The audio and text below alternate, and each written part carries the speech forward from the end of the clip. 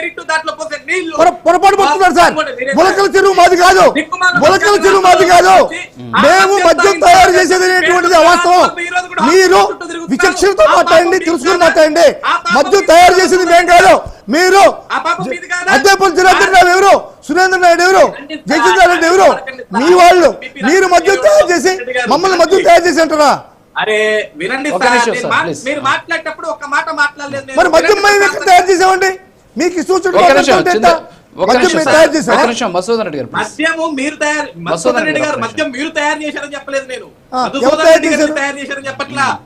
మీరు ప్రభుత్వం మద్యం అమ్మిస్తుంది అని చెప్పేసి ప్రభుత్వం తయారు చేసింది గత ప్రభుత్వం. మీ ప్రభుత్వం తయారు చేసింది మద్యాన్ని. చిత్తశుద్ధిగా ఆలోచించాలి సార్, మీరు చిత్తశుద్ధిగా ఆలోచించండి. జగన్మోహన్ రెడ్డి గారికి మద్యపాన నిషేధాన్ని ఎంత చిత్తశుద్ధిగా ముందుకు తీసుకెళ్లాడు. సార్ రాష్ట్ర ప్రజానికానికి మొత్తానికి తెలుసు. మధుసూదన్ రెడ్డి గారు గత ప్రభుత్వంలో జగన్మోహన్ రెడ్డి గారు ముఖ్యమంత్రి ఉన్న సమయంలో ఏది జరిగిందో మొత్తానికి తెలుసు. సార్ మద్యపాన నిషేధం పేరిట మీరు ఏ విధంగా కుంభకోణాలు చేశారు, ఏ విధంగా కోట్ల రూపాయలు దోచుకున్నారు, ఏ విధంగా కిక్ బ్యాక్స్ చేశారు. మద్యపానంలో కుంభకోణం చేసింది చంద్రబాబు నాయుడు 14-19లో, 19 తర్వాత వచ్చినటువంటి 20 నెలల్లో జరిగినటువంటి ప్రపంచవ్యాప్తంగా తెలుసు. ప్రపంచవ్యాప్తంగా తెలుసు.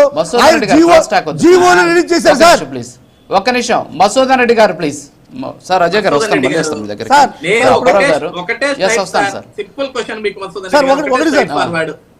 ఒకటే స్ట్రైట్ ఫార్వర్డ్. సంపూర్ణ మద్యపాన నిషేధం అని చెప్పిన మీరు ఎందుకు మద్యపాన నిషేధం చేయలేకపోయారు సార్? సార్ ఒకటే అడుగుతున్నాను సార్, ఒకటే అడుగుతున్నాను సార్. ఇప్పుడు జగన్మోహన్ రెడ్డి గారు కొన్ని హామీలు ఇచ్చారు సార్. మీరు అడగడం కదా, ఆన్సర్ కావాలి. ఒకటే ప్రశ్న.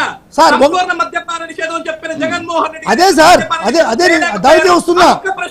సరే అజయ్ గారు ఒక నిమిషం ఆన్సర్ చెప్తారంటున్నాడు ప్లీజ్. అదే వస్తున్నా. ఇప్పుడు జగన్మోహన్ రెడ్డి గారు మద్యపాన నిషేధంలో చాలా చిత్తశుద్ధిగా ఉన్నారు. మద్యపాన నిషేధం చేయాలనే ఉద్దేశంతో దాన్ని ఒక్కసారిగా